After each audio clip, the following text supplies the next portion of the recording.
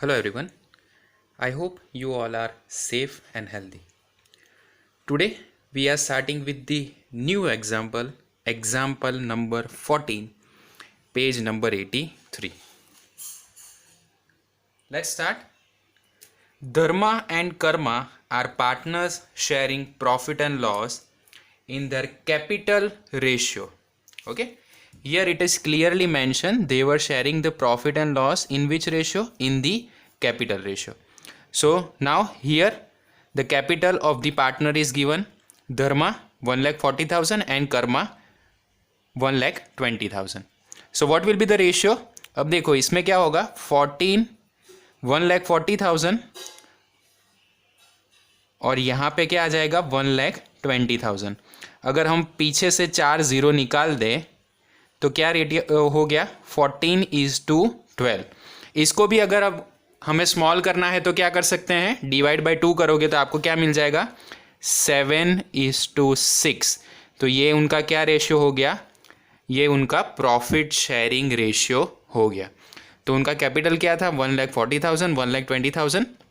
तो अब उनका फाइनल कैपिटल प्रपोर्शन में जो प्रॉफिट और लॉस शेयर कर रहे हैं उसका रेशियो क्या हो जाएगा 7:6 रेशियो हो जाएगा। ओके, तो अब ये सारी डिटेल्स उनकी दी है, इसे हम पढ़ेंगे नहीं। अब हम डायरेक्ट कहाँ पे चले जाते हैं, एडजस्टमेंट में। तो एडजस्टमेंट में पहला एडजस्टमेंट देखो, क्लोजिंग स्टॉक इज ₹21,000। अब ये एग्जाम्पल में आपको trading account, profit and loss account, profit and loss appropriation account, partners current account और साथ में कौन सा बनाना है, बैलेंस शीट बनाना है। अब ये पांचों अकाउंट जब आप बनाते हो तो आपको पता है क्लोजिंग स्टॉक की कौन सी दो जगह पे एंट्री आती है। एक तो आपकी आएगी कहाँ पे, बैलेंस शीट में, कौन सी साइड, असेट साइड, ये तो आपको क्लियर है। और दूसरी कहाँ पे आ जाएगी, एक आ जाएगी ट्रेडिंग अकाउंट में। ट्रेडिंग अकाउंट में कौन सी साइड पे, on the credit side. On which side, on credit side.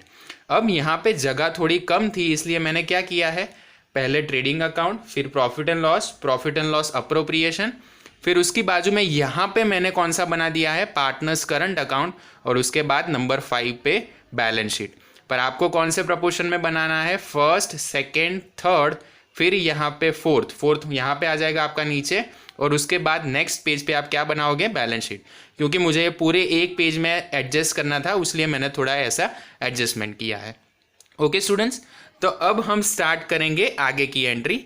उसके बाद देखो, क्लोजिंग स्टॉक 21,000 इन विच, उसके आगे क्या लिखा है, in which the stock of stationery of ₹2,000 is included.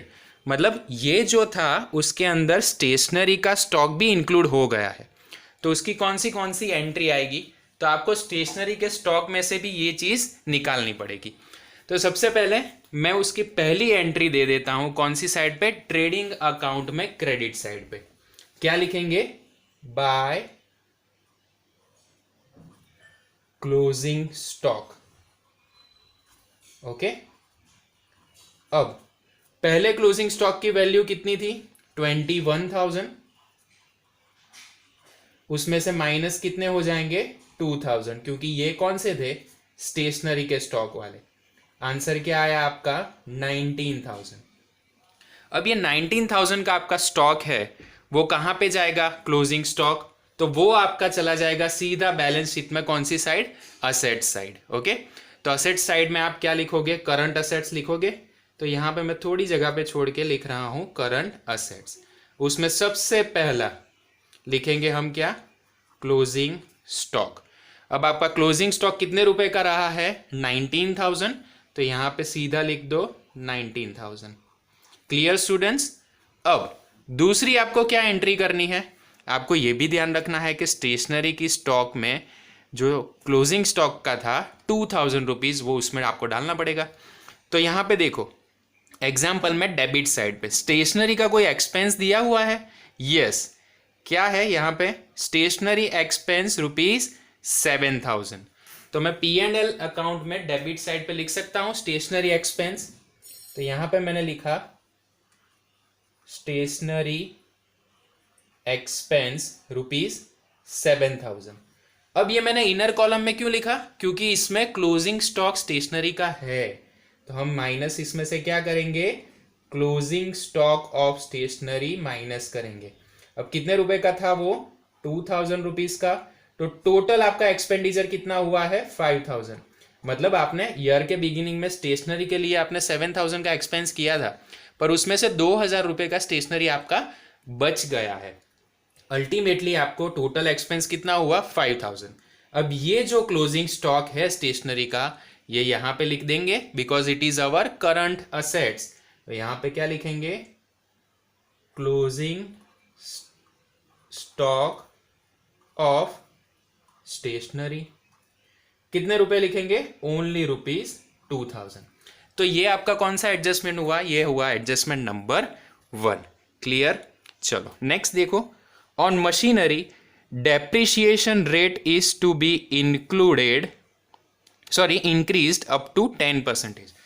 मतलब जो आपकी मशीनरी है उसके ऊपर आपने डेप्रिसिएशन का रेट पहले जो लगाया था उसकी जगह पे अब कितना लगाना है, 10% लगाना है।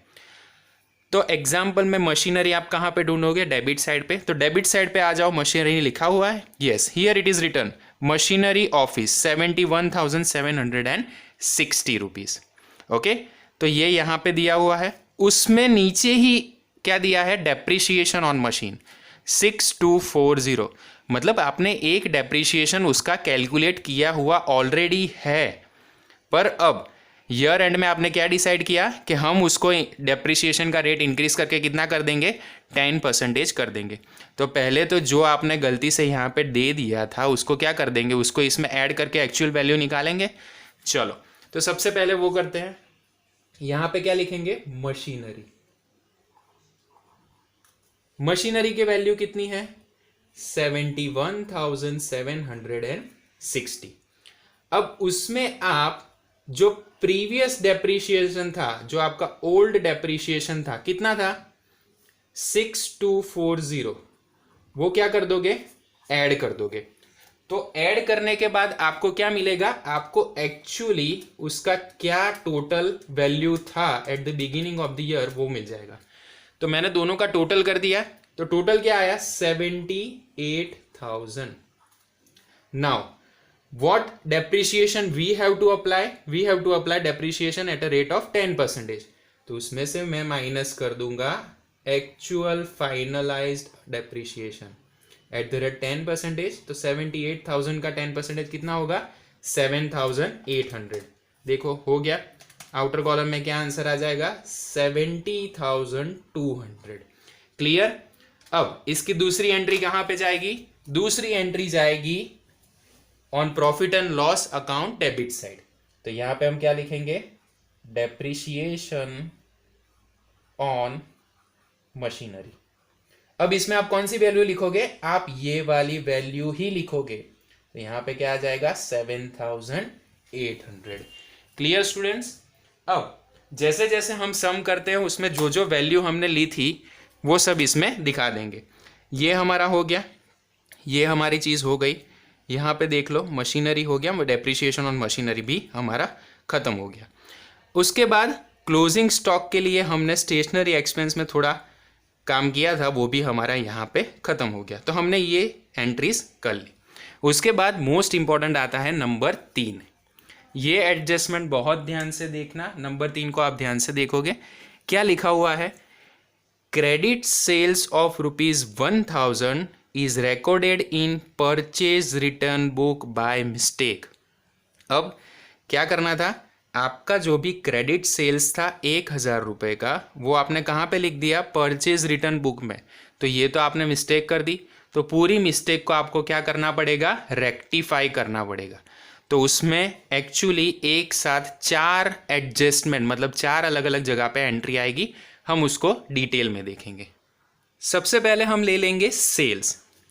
अब एग्जाम्पल में देखो सेल्स कितना दिया हुआ है, 1,20,000।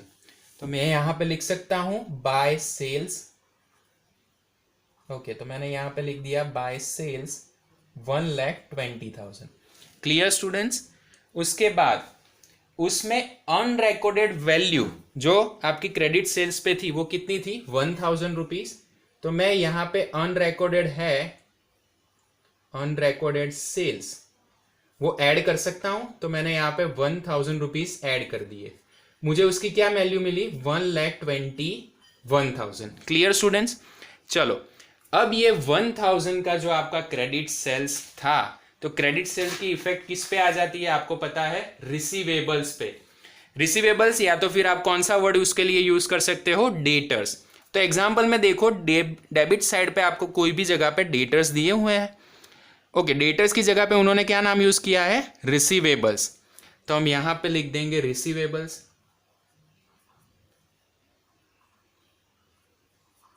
कितने रुपए के दिए हैं, 27,400। उसके अंदर अनरिकॉर्डेड जो आपका सेल्स था वो ऐड कर दो 1000 रुपीज का। आउटर कॉलम में क्या वैल्यू आएगी, 28,400। ये तो चलो आपका एक एडजस्टमेंट हो गया, पर आपने दूसरी गलती क्या की है, ये चीज आपने दिखा दी है कहाँ पे, परचेज रिटर्न बुक में बाय मिस्टेक दिखा दी है, तो उसको भी रेक्टिफाई करना पड़ेगा।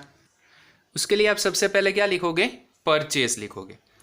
अब परचेज देखो यहाँ पे एग्जाम्पल में दिया है, डेबिट साइड पे कितने रुपए का है, 80,000। तो यहाँ पे मैं सबसे पहले लिखूंगा परचेज। परचेज आपको पता है ट्रेडिंग अकाउंट में डेबिट साइड पे आता है 80,000 रुपीज। 80,000 मैंने लिख दिया। अब मैंने गलती कितने रुपए की थी, 1000 रुपीज की, और कहाँ पे डाल दिया था, परचेज रिटर्न में। आपको पता है कि परचेज रिटर्न हम यहाँ से क्या करते हैं, माइनस करते हैं। अब ये तो गलती थी, तो एक्चुअल फिगर लाने के लिए मुझे क्या करना पड़ेगा, प्लस करना पड़ेगा। तो मैं यहाँ पे क्या करूंगा, प्लस, ये हमने क्या कर दिया था, रॉन्गली एंटर्ड परचेज रिटर्न। यहाँ पे क्या लिख देंगे, रॉन्गली एंटर्ड, और यहाँ पे अमाउंट लिखेंगे 1000 रुपीज। अल्टीमेटली टोटल कितना आएगा, 81,000। अब मैंने आउटर कॉलम में कैलकुलेशन क्यों नहीं लिया, वो हम आगे देखेंगे।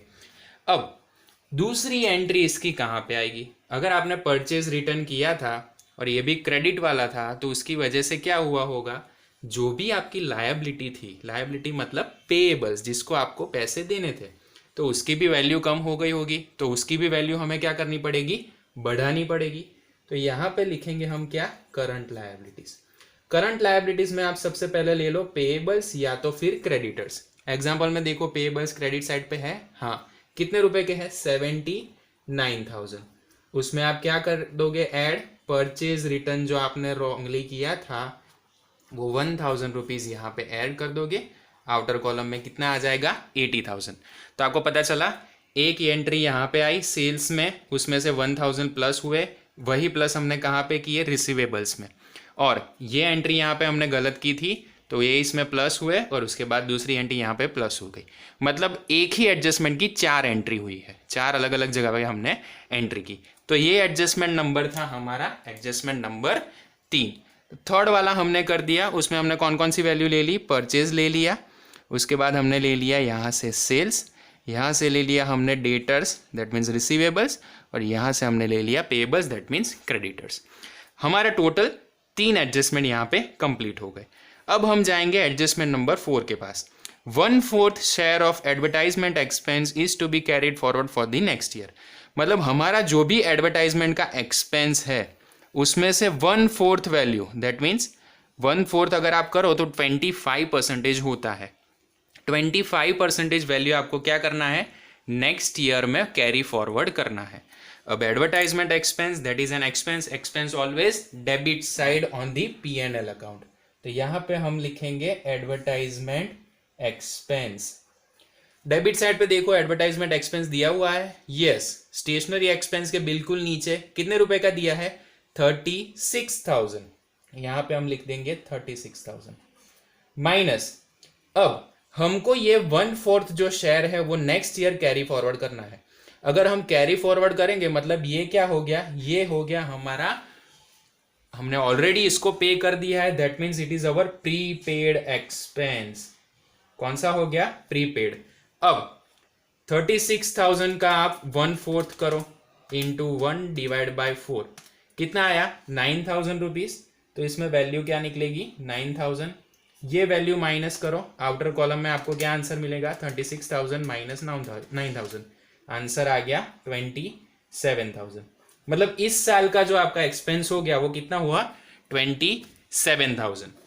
और prepaid expense, advertisement expense, that is your assets. तो यहां पे हम लिख देंगे प्रीपेड एडवर्टाइजमेंट एक्सपेंस।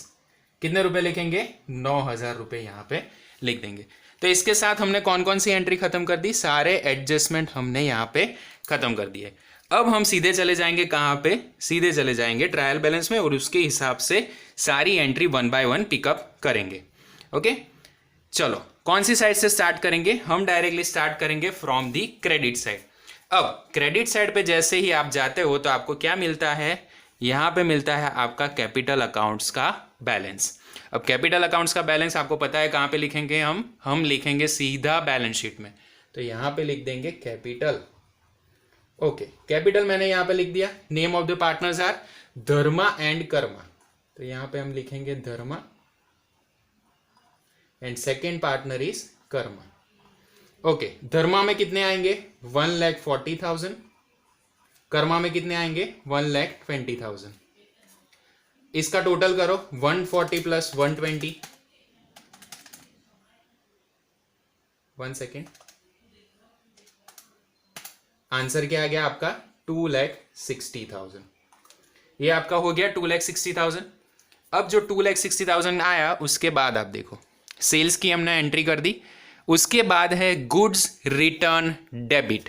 ओके, अब गुड्स रिटर्न डेबिट उसका मतलब क्या होता है, मतलब आपका जिस बैलेंस का डेबिट होता है उसमें अगर आपका गुड्स रिटर्न आया है तो उसे हम कौन सी साइड पे रखेंगे, यहाँ पे। जैसे कि आप देखो परचेज यहाँ पे है 80,000, अब उसमें से गुड्स रिटर्न जो डेबिट वाला था, मतलब ये डेबिट बैलेंस है, ये गुड्स हमारा रिटर्न हुआ, तो इसे क्या बोलेंगे परचेज रिटर्न बोलेंगे। क्या बोलेंगे परचेज रिटर्न। सेम ऐसी टर्म गुड्स रिटर्न अगर क्रेडिट लिखा है जैसे कि यहाँ पे दिया हुआ है तो उसे हम क्या बोलेंगे सेल्स रिटर्न बोलेंगे। पता चला।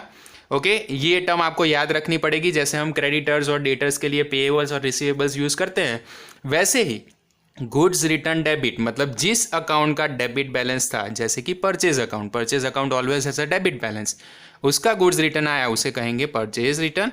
और जिस अकाउंट का क्रेडिट बैलेंस है दैट मीन्स सेल्स अकाउंट, उसका गुड्स रिटर्न आया उसे कहेंगे goods return credit, that means sales return.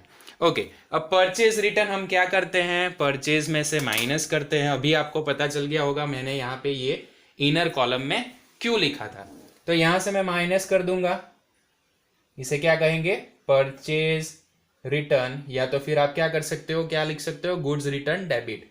कितना करोगे 2,000 रुपीज, आउटर कॉलम में कितनी वैल्यू आ जाएगी 79,000। Clear students.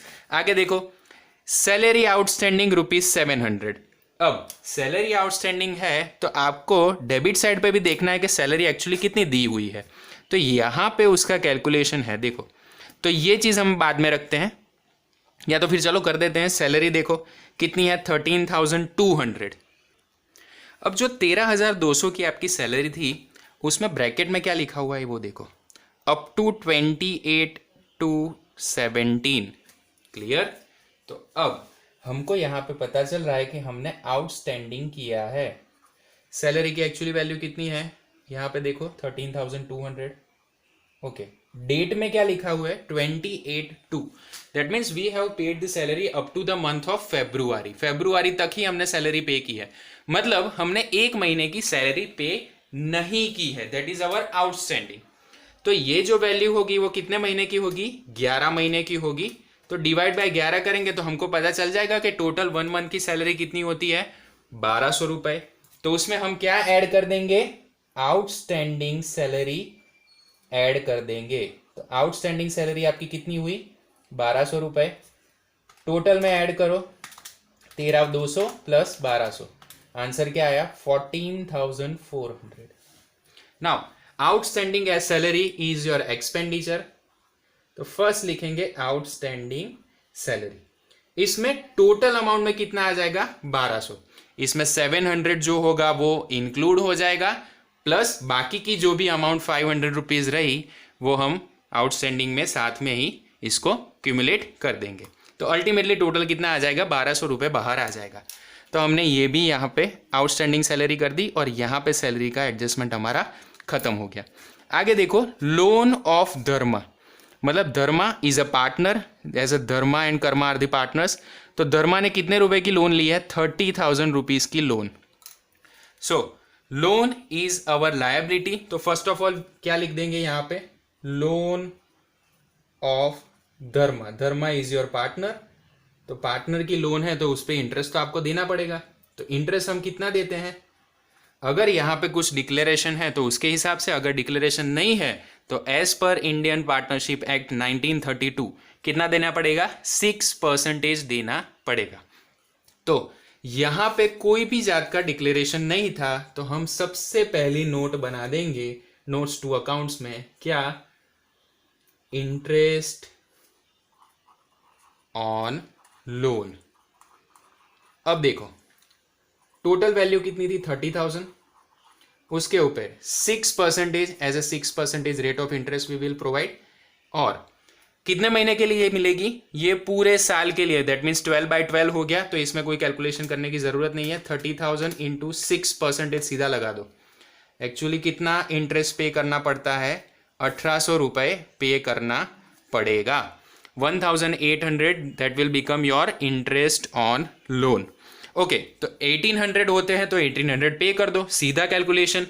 पे करोगे तो कैसे करोगे? That is our expenditure. तो एक्सपेंडिचर हमारे कौन से साइड पे आता है? On the profit and loss account, debit side. पर उसके साथ आपको क्या देखना पड़ेगा? उसके साथ आपको ये चीज देखनी पड़ेगी कि इंटरेस्ट दिया हुआ है लोन पे कि नहीं दिया हुआ।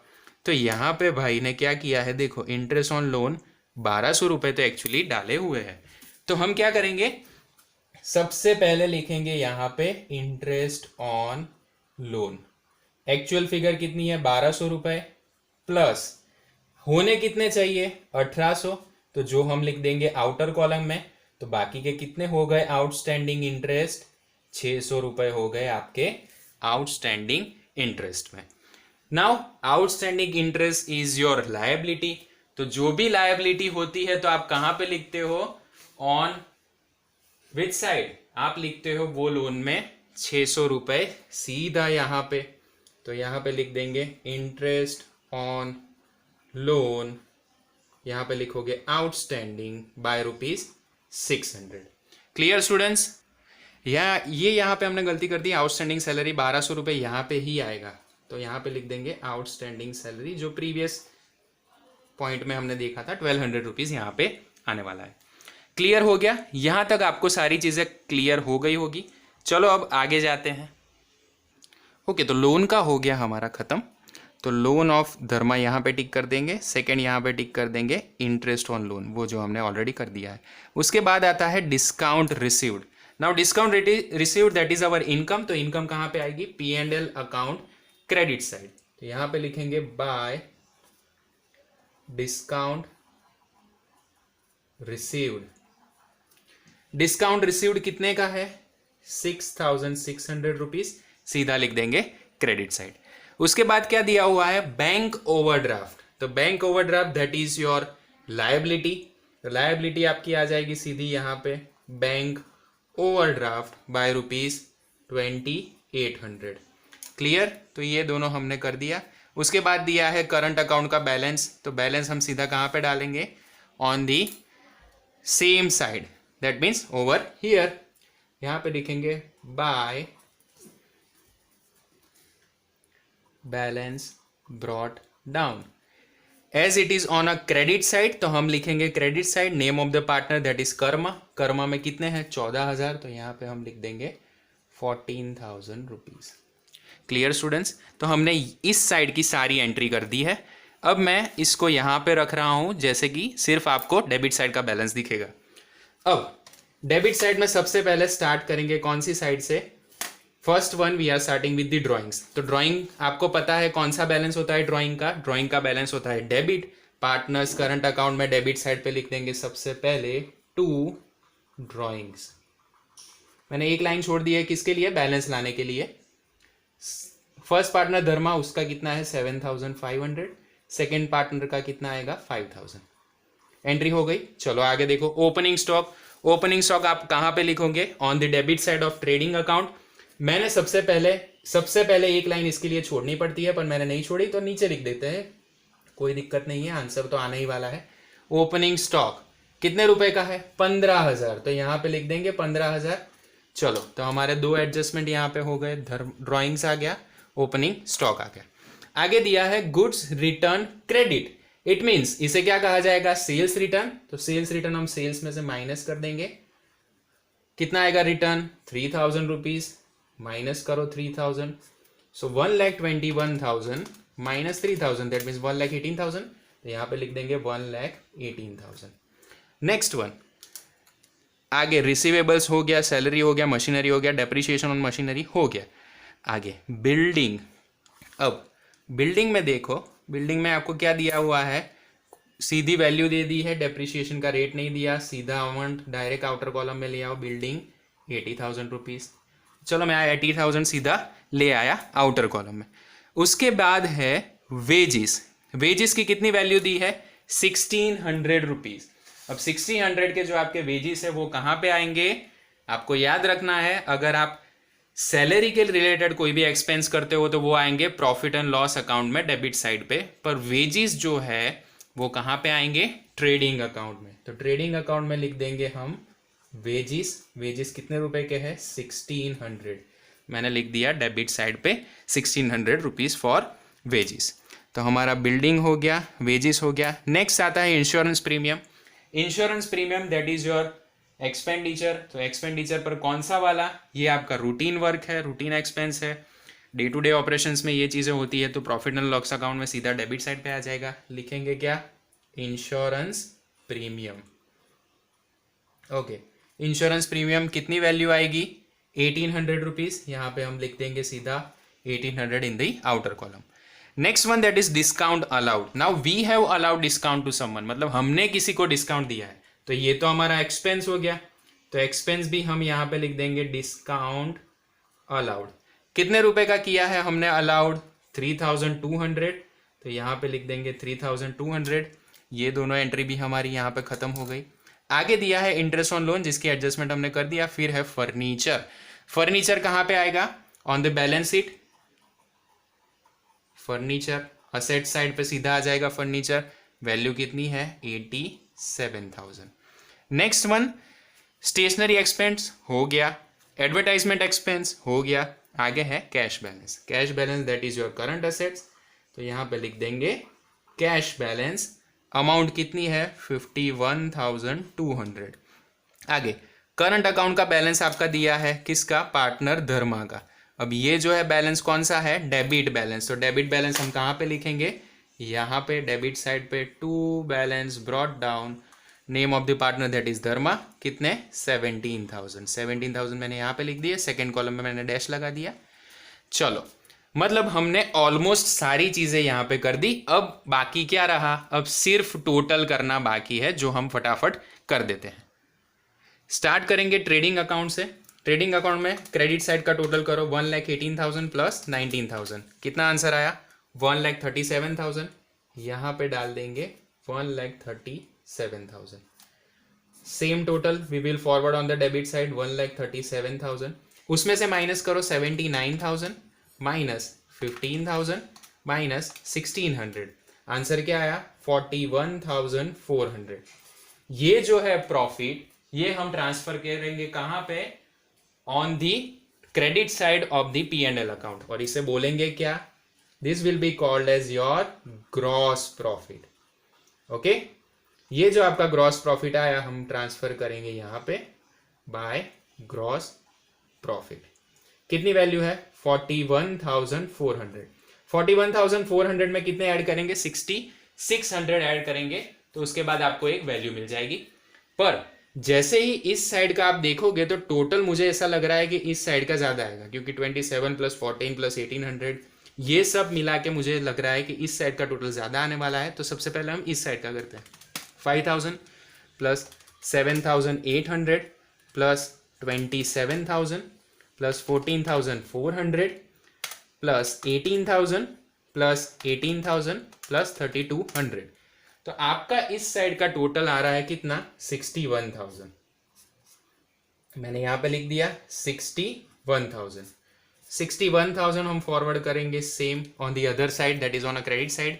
क्रेडिट साइड पे जो 61,000 है उसमें से ये दोनों वैल्यू माइनस करेंगे, 41,400 माइनस 6,600। आंसर क्या आ गया आपका, 13,000। अब ये जैसे प्रॉफिट एंड लॉस अकाउंट में क्रेडिट साइड पे आया तो इसे क्या कहेंगे, बाय नेट लॉस। ये हो गया आपके बिजनेस में लॉस, कितने का, 13,000 रुपए का। ये है क्रेडिट साइड पे, इसे ट्रांसफर करेंगे नेक्स्ट अकाउंट में, कौन से साइड पे, डेबिट साइड पे। तो डेबिट साइड पे क्या लिखेंगे, टू नेट लॉस। कितना आया, 13,000। यहां पे कोई भी एडजस्टमेंट नहीं था, सीधा यहां पे लिख देंगे 13,000 एंड 13,000। अब डिविजिबल प्रॉफिट या तो फिर डिविजिबल लॉस ढूंढो, तो हम ढूंढेंगे divisible loss, because it is a loss, so we are going to forward it on a next year. तो ये चीज हम फॉरवर्ड करेंगे। अब आपको मैंने सबसे पहले एग्जाम्पल कराया था, उसमें सबसे पहले हमने क्या ढूंढा था, इनका रेशियो ढूंढा था। तो ये जो थे वो प्रॉफिट एंड लॉस कौन से रेशियो में शेयर कर रहे थे, 7:6। अब name of the partners are the name that is Dharma and second partner that is Karma. तो धर्म में कितने आएंगे और कर्म में कितने आएंगे, 7:6। और उसको सबसे पहले हम करेंगे टोटल, 7 + 6 कितना आया, 13। क्लियर स्टूडेंट्स, 7:6 मतलब टोटल इतना हो गया 13। अब टोटल हमको डिवीजन भी कितना करना है, 13,000। तो सिंपल 7,000 और 6,000 आंसर आ जाएगा। तो यहाँ पे लिखेंगे 7,000, यहाँ पे लिखेंगे 6,000, फॉरवर्ड करेंगे, टोटल आ गया आपका आउटर कॉलम में 13,000। Okay, now it is on a credit side, तो ultimately the loss will be forwarded on the next account on debit side. तो थर्ड के बाद 4 अकाउंट हमारा आएगा यहाँ पे, टू डिविजिबल लॉस। कितना आएगा, 7,000 और यहाँ पे आ जाएगा आपका 6,000। क्लियर स्टूडेंट्स, अब हम करेंगे इस अकाउंट के टोटल। चलो तो अब टोटल करते हैं इसके बाद में। अब इसको हम ले आते हैं थोड़ा, इसको इस तरफ। चलो आगे देखते हैं, टोटल करो। यहाँ पे कोई चीज़ नहीं है तो हम सबसे पहले इस साइड का टोटल करेंगे, 17,000 + 7,500 + 7,000। टोटल आया 31,500। 31,500 इसको लिखेंगे हम यहाँ पे 31,500 लिखेंगे बाय बैलेंस कैरिड फॉरवर्ड। कितना कैरी फॉरवर्ड करेंगे, 31,500 रुपीज़ डायरेक्टली कैरीड फॉरवर्ड कर देंगे।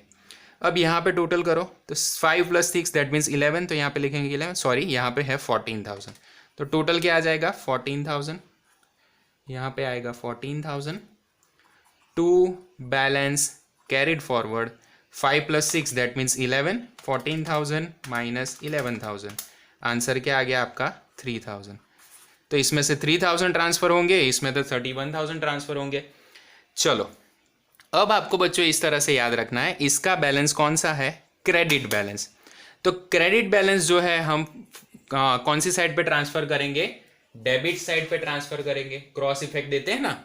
तो बैलेंस शीट में डेबिट साइड कौन सी होती है, जो असेट साइड होती है वो आपकी हो जाती है डेबिट साइड।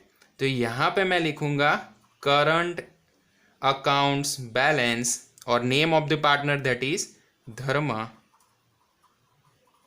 31,500। वैसे ही ये कौन सी साइड है, डेबिट साइड। अब हम ट्रांसफर करेंगे कौन सी साइड पे, क्रेडिट साइड पे। क्रेडिट साइड बैलेंस शीट में कौन सी होती है, ये वाली, कैपिटल एंड लायबिलिटीज। तो यहाँ पे मैं लिखूंगा current account balance, name of the partner that is Karma. Amount कितनी आ जाएगी, अमाउंट आएगी ₹3,000। Okay, next work is very simple, we are going to make the total of the accounts. अब देखो 2,60,000 + 3,000 + 80,000 + 30,000 + 600 + 1,200 + 2,800 कितना टोटल आया, इसका टोटल आया 1 second, let me try it again. 2,60,000 plus 3,000 plus 80,000 plus 30,000 plus 600 plus 1,200 plus 2,800. 3,77,600. अब इस side का total करते हैं 70,200 plus 80,000 plus 87,000 plus 19,000 plus 2,000 plus 28,400 plus 9,000 plus 51,200 plus 31,500. कितना आया? 37,8300. ओके स्टूडेंट्स, आपका जो यहाँ पे बुक दिया है ये मेरा नया पैटर्न वाला बुक है, इसमें एक मिस्टेक है वो आप चेंज कर लेना.